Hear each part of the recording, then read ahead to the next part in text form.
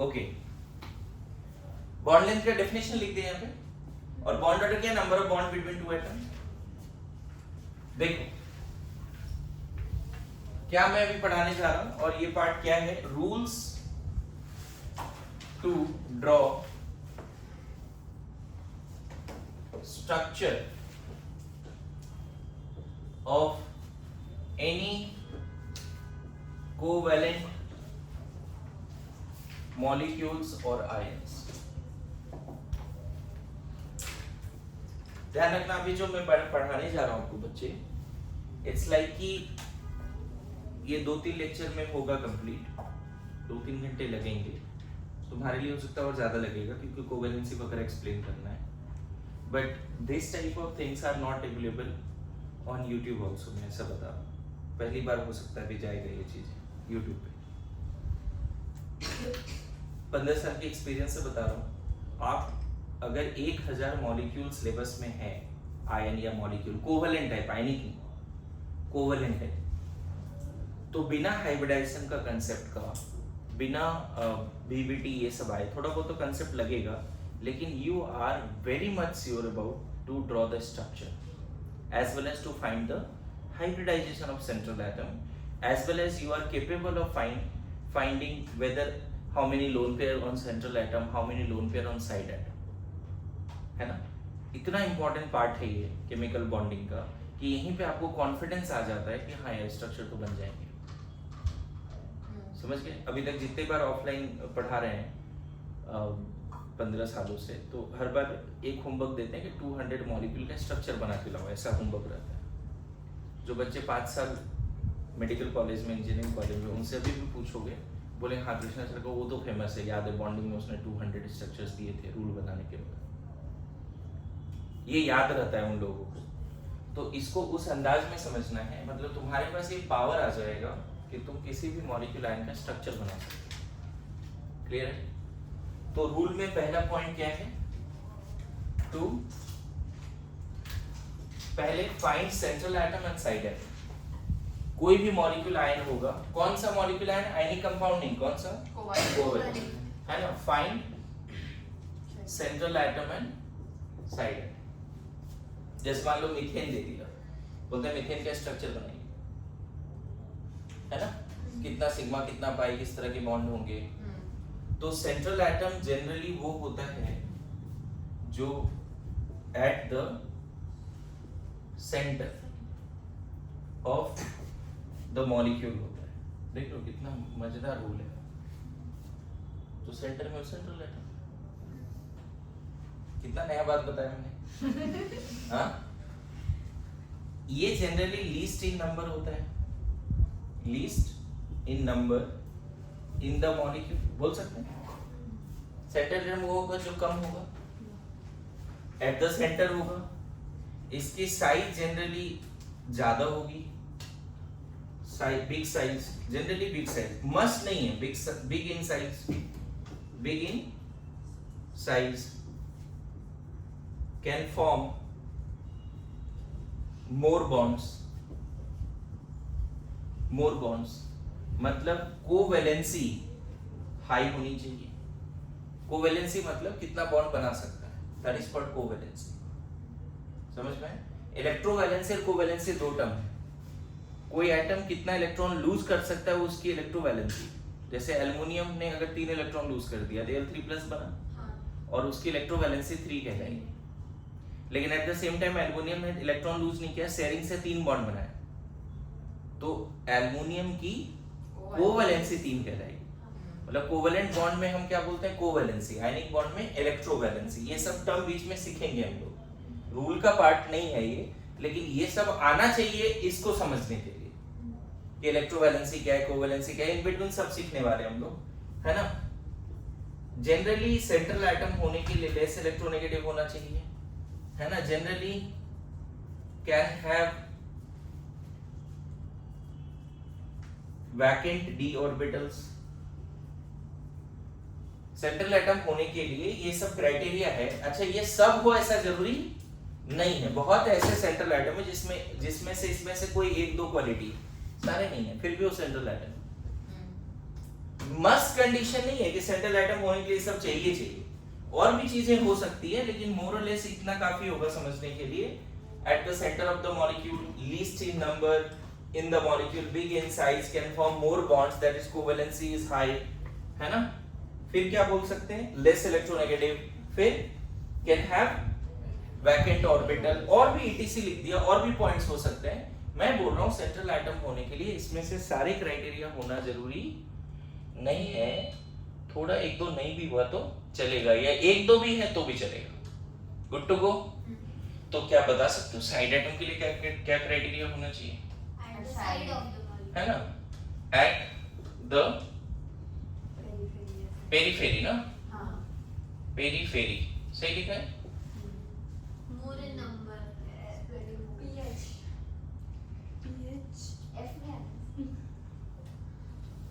Eight the surface,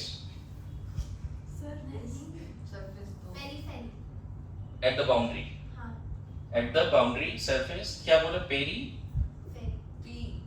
ये ठीक है। अब से at the periphery of the molecule, या अराउंड द सेंट्रल एटम, क्या बोल सकते हैं, अराउंड द सेंट्रल एटम। दूसरा, more in number, more in number, very good, very good. Small in size, more electronegative, cannot form more bonds, cannot form क्या, नहीं, more bond, so many bond, cannot form so many bond, covalency is low, very good, so many bonds, covalency क्या, low, यहाँ तक समझ रहे हैं। इसमें से और भी हो सकते हैं कुछ क्वालिटीज, जरूरी कि यही हो, दो चार और हो सकते हैं। अच्छा, मस्ट नहीं है ये सब रहेगी, एक दो भी हो तो हो जाएगा, सारे हैं तो भी चलेगा। क्लियर है, बोलो। तो बताओ इस मॉलिक्यूल में सेंट्रल एटम कौन है, वेरी गुड। साइड एटम, अगर ये सीख रहे हो तो पता है क्या होना चाहिए तरीके से, हालांकि 6 पॉइंट है, बहुत डिटेल में डिस्कशन है, पता है रूल लगेगा पूरा थ्योरी ही पढ़ा रहे हैं। रीजन कि अभी बहुत कुछ तो नहीं सीखा ना, कोवेलेंसी नहीं पता, वैलेंस इलेक्ट्रॉन नहीं पता, लोन पेयर नहीं पता, प्रॉपर कंसेप्ट नहीं पता हाइब्रिडाइजेशन का, तो थोड़ा बहुत तो कंसेप्ट डिस्कस करके आगे बढ़ेंगे ना। लेकिन ऐसा भी नहीं रहेगा कि तुमको लगेगा वो कंसेप्ट नहीं आता तो हम नहीं ड्रॉ कर पाएंगे, वो कंसेप्ट नहीं आता तो भी तुम ड्रॉ कर पाओगे। ठीक है, ये समझ में आ रहा है, बोलो ना। तो ये लिख लो पहले, फिर आगे बढ़ते हैं। अभी मैं ऐसे अगर 10 मॉलिक्यूल दूं और बोलूं कि सेंट्रल और साइड बताओ, क्या ये पावर आ जाएगा अभी आपके पास कि आप सेंट्रल साइड बता पाओगे? 1 मिनट और टाइम ले लेता हूं तुम्हारा। फ्यूचर में क्या होगा बस बता देता हूं स्टेप्स में। 6 पॉइंट है, ठीक है, 6 पॉइंट बैक टू बैक आएगा और उसके बाद 3 स्टेप्स आएंगे जिससे आप ड्रॉ कर दोगे। ठीक है, 6 पॉइंट बैक टू बैक आएगा और उसके बाद क्या आने वाला है, 3 स्टेप्स आने वाले हैं जिससे आप स्ट्रक्चर ड्रॉ कर लोगे। वो 3 स्टेप में पहला स्टेप ये है कि place the central atom at the centre and side atom around the central atom. बताओ, पहला स्टेप कोई बहुत बड़ा बात बोल दिया मैंने? Place the central atom at the centre and side atom. Now second step में होता है कि इसको जोड़ दो बॉन्ड से। अब ये आगे सीखेंगे, रूल ये बोलता है कि हाइड्रोजन अगर साइड एटम है, एक मिनट लिखो मत, मैं फिर समझा रहा हूँ। 6 फ्यूचर दिखा रहा हूँ कि रूल कितने आएंगे, 6 कितने 6 रूल्स आएंगे और उसके बाद स्टेप्स कितने आएंगे, 3। पहला रूल के बाद ही देखो हम डायरेक्ट स्टेप में जा रहे हैं। अभी पहला रूल के बाद मैं डायरेक्ट स्टेप में जा रहा हूँ। सेंट्रल एटम को सेंटर पे प्लेस करो और साइड एटम को around the central atom place करो। अब रूल 2, 3, 4 ये सब में लिखवाते हैं कि अगर साइड एटम हाइड्रोजन हो तो उसको सेंट्रल एटम में सिंगल बॉन्ड से जोड़ो। ये आगे वाले रूल में लिखाएंगे, साइड एटम अगर हाइड्रोजन है तो उसको सेंट्रल एटम से सिंगल बॉन्ड से जोड़ो। साइड एटम अगर ऑक्सीजन है तो उसको सेंट्रल एटम से सिंगल या डबल दोनों से जोड़ सकते हैं। ऐसी भी बातें हैं, आगे सिखाऊंगा। अच्छा एक चीज बताओ, कुछ रूल और आगे बताऊंगा। बताओ कार्बन की वैलेंस इलेक्ट्रॉन कितनी होती है? 4। पक्का? 1s2 2s2 2p2 4। देखो 4 बॉन्ड उसने बना लिया तो अपना चारों इलेक्ट्रॉन तो गया उसके पास। अब उसके पास कुछ बचेगा नहीं। हाइड्रोजन के वैलेंस इलेक्ट्रॉन 1s1 एक उसने अपना डोनेट कर दिया तो हाइड्रोजन पे कुछ बचेगा क्या? नहीं बचेगा। देखो मीथेन तैयार है, ये स्ट्रक्चर है मीथेन का। दिस इज क्या सेंट्रल एटम पे लोन पेयर है? नहीं। लोन पेयर मतलब अनसेड पेयर ऑफ इलेक्ट्रॉन। क्या हाइड्रोजन पे लोन पेयर बचा है? नहीं। तो इतना आसान होने वाला है अगर तुमने रूल्स अच्छे से सीखे तो। मेरी बात समझ रहे हो? क्लियर हो रहा है? अब लिखिए, लिखो जल्दी लिखो। देखो सेकंड पॉइंट पे आ जाता हूँ अभी, लेकिन चलो थोड़ा बताओ फर्स्ट पॉइंट के हिसाब से। PCl5 में सेंट्रल एटम कौन है, साइड एटम कौन है? P। Very good. अब स्टेप्स में 6 रूल थे। रूल 1 के हिसाब से आपने ये बता दिया। स्टेप 1 क्या बोला था? Place the central atom at the centre. क्या इसका स्ट्रक्चर बना पाएंगे? 5 Cl साइड में रख दें। क्या करें? अब रूल 2 3 4 में सीखेंगे कि क्लोरीन भी साइड एटम है तो सिंगल बॉन्ड से जुड़ता है। क्लोरीन अगर तो जोड़ दें। देखो हो गया PCl5 स्ट्रक्चर तैयार। अब बताओ फास्फोरस की वैलेंस इलेक्ट्रॉन कितनी है? रूल 2 में आने वाला है 5। Very good. 5 के 5 गए इसके। क्या फास्फोरस पे कुछ बचेगा? नहीं। क्लोरीन के valence electron anyone in the class? 7। अरे टू गुड यार, आई एम टू हैप्पी। नहीं सीरियसली, क्लोरीन के वैलेंस इलेक्ट्रॉन 7। इस क्लोरीन ने एक शेयर किया, बचेगा ना इसके पास? तो इसके पास लेविस में ऐसे 6 दिखाना पड़ेगा। इसके पास 7 है, एक इधर शेयर किया, 6 ऐसे दिखानी पड़ेगी। इसके पास भी 7 है, 6 दिखानी पड़ेगी। एक शेयर्ड है, बाकी तो अनशेयर्ड है। यहाँ भी 7, यहाँ भी देखो ये कंप्लीट बन गया। मतलब आगे वाला रूल नहीं बताया तो भी चल जाएगा, लग रहा है ऐसा भी कि ये लेवल आ गया तुम लोगों का। देखो इजी है ना? पक्का? जैसे SO3 अगर बोलो, सेंट्रल कौन है, साइड कौन है, पहले ये बताओ। Very good. अब वेरी डिफिकल्ट स्टेप क्या था? Place the central atom at the centre and side atom around the. ये कितना डिफिकल्ट स्टेप है बताओ? क्या ऐसे कर दें? कर दिया? अब बताइए सबको डबल बॉन्ड से। अरे कहाँ थे आप अभी तक? ऑक्सीजन अगर साइड एटम होता है तो मैंने अभी थोड़ी देर पहले बोला था या तो सिंगल से जोड़ना है या डबल से जोड़ना है। कुछ नहीं मेंशन है तो डबल से जोड़ दीजिए। जोड़ दिया?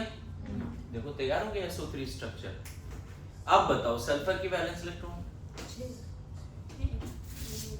ज्यादा तारीफ कर दिया लग रहा है। नहीं 6। तो 6 ही बोला मैंने। तूने नहीं सबसे सुनना चाह रहा था मैं, आई एम सो सॉरी, है ना? हाँ 6। Very good. 6 के 6 शेयर हो गए। देखो तुम जितना बॉन्ड उतना इलेक्ट्रॉन सेंट्रल एटम को शेयर करना पड़ेगा। सेंट्रल में 6 बॉन्ड बनाए ना, तो 6 इलेक्ट्रॉन्स के गए। ऑक्सीजन का valence electron 2। Come on. Sir ऐसा लग रहा है हमारे फेस से दिख। ऑक्सीजन, सल्फर, ACTE ये भी रूल 2 है। इसीलिए देखो धीरे धीरे दिक्कत ना हो, इसलिए रूल 2 मैंने क्या बना दिया? You must have idea about the valence. ये रूल 2 में है। इलेक्ट्रॉन पूछे, वैलेंस ही नहीं पूछी sir. Valence electron 1s2 2s2 2p4।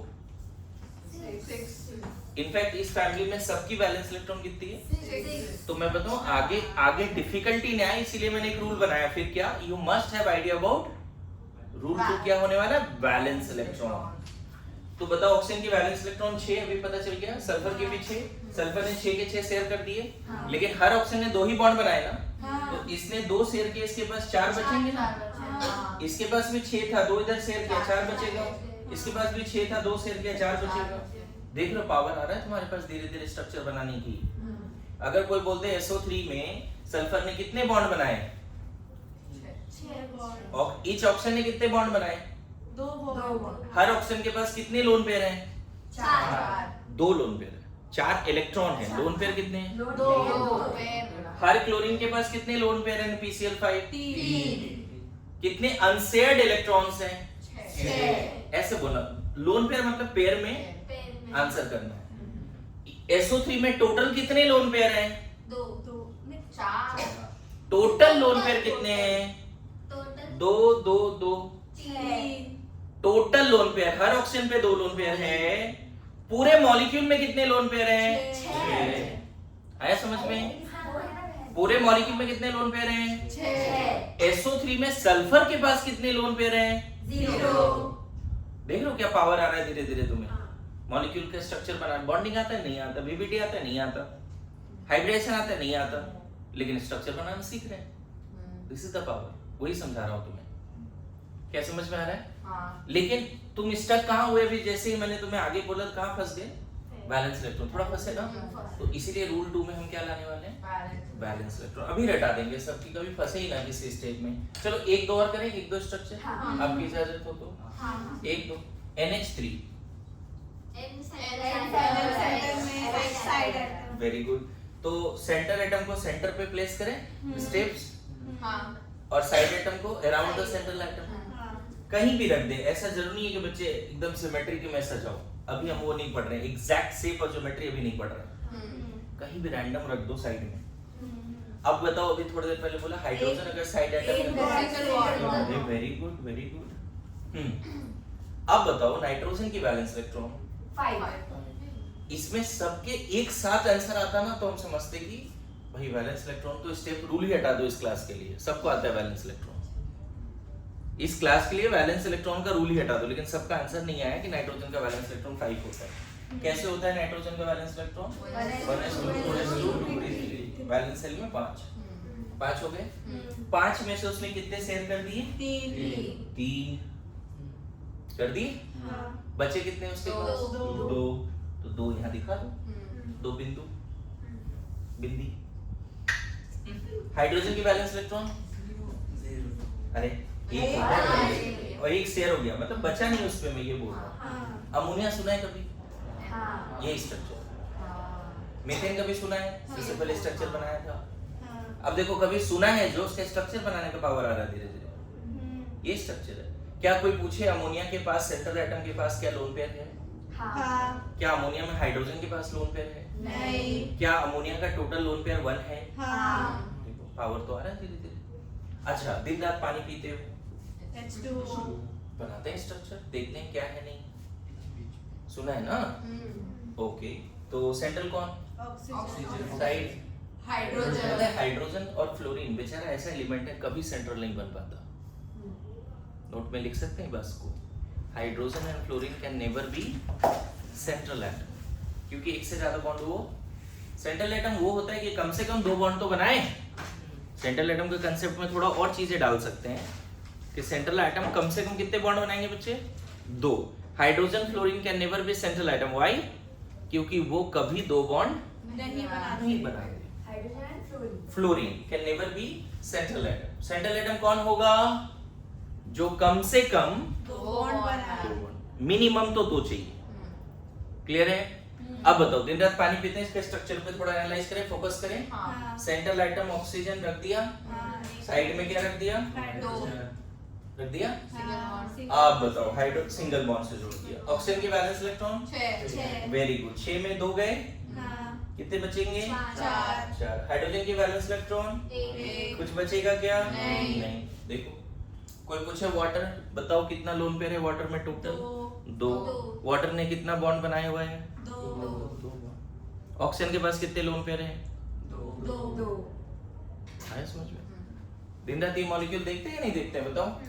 Very good. अच्छा, इसको भी ग्लोबल वार्मिंग के लिए रिस्पांसिबल है। चलो इस पे बात करते हैं थोड़ा, क्या स्ट्रक्चर है?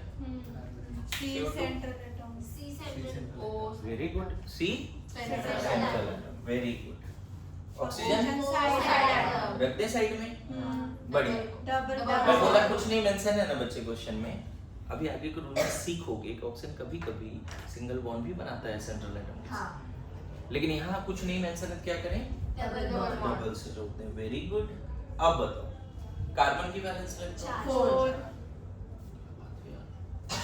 4 4 में 4 गए, कुछ बचा? नहीं। ऑक्सीजन की बैलेंस 6 2 इधर, 4 4 बिंदी दिखा दे इधर।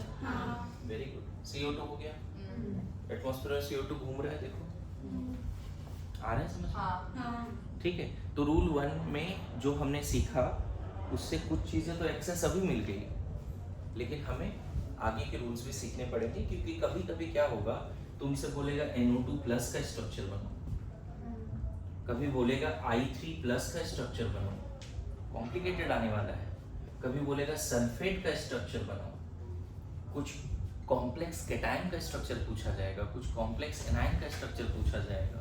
मैंने बोला 1000 मॉलिक्यूल एक साथ लाने वाला हूं मैं, तो एक स्टेप में नहीं होगा बच्चे, थोड़ा सा तो इंक्लूड करनी पड़ेगी ना हर पॉइंट। 1000 मॉलिक्यूल हम लोग एक साथ लाने वाले हैं। अच्छा, कभी बोले फॉस्फेट का स्ट्रक्चर बनाओ, कभी बोलता है अमोनियम आयन की स्ट्रक्चर बनाओ, फिर बोल देगा H3O प्लस की स्ट्रक्चर बनाओ। तो अभी तुम ये नहीं कर पाओगे। चलो देखिए, अभी इधर तक तो हो रहा था, इस पे क्या कर पाओगे तुम बताओ, क्या सोच पाते हो इसमें? सेंट्रल साइड तो सोच लोगे, हाँ। बढ़िया। आगे सेंट्रल कौन है इसमें? N, side oxygen. हाँ। अब डबल कंफ्यूजन हो रहा है, थोड़ा थोड़ा तो हो ही रहा है, क्लैरिटी के साथ कॉल नहीं ले पा रहे हैं, तो मुझे लगता है आगे वाले स्टेप्स जब 3-4 स्टेप्स हो जाएंगे तो ये सब का भी पावर आ जाएगा। तो सर आप स्ट्रक्चर तो बोलो यार, सब आता है। क्लियर है? तो पहले इतना लिखो, ये एग्जांपल्स वाले पार्ट लिख लो, फिर रूल 2 में चलते हैं, ठीक है? सेकेंड पॉइंट लिखो, इस पे भी बाद में बात करेंगे, अब मेरे बारे में, ठीक है? अभी पढ़ाई करते हैं। सेकेंड पॉइंट इज, कुछ ऐसे मॉलिक्यूल आयन मिलेंगे जिसका स्ट्रक्चर बनाने के लिए आपको क्या चाहिए? सेकेंड रूल भी चाहिए। रूल 2 क्या है बच्चे? You must have idea about, you must have idea about valence electrons of central atom and side atom,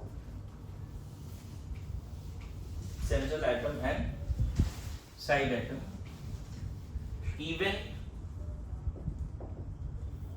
simple ion, ion के बारे में भी आइडिया होना चाहिए। बताता हूँ सिंपल आयन का क्या मतलब है।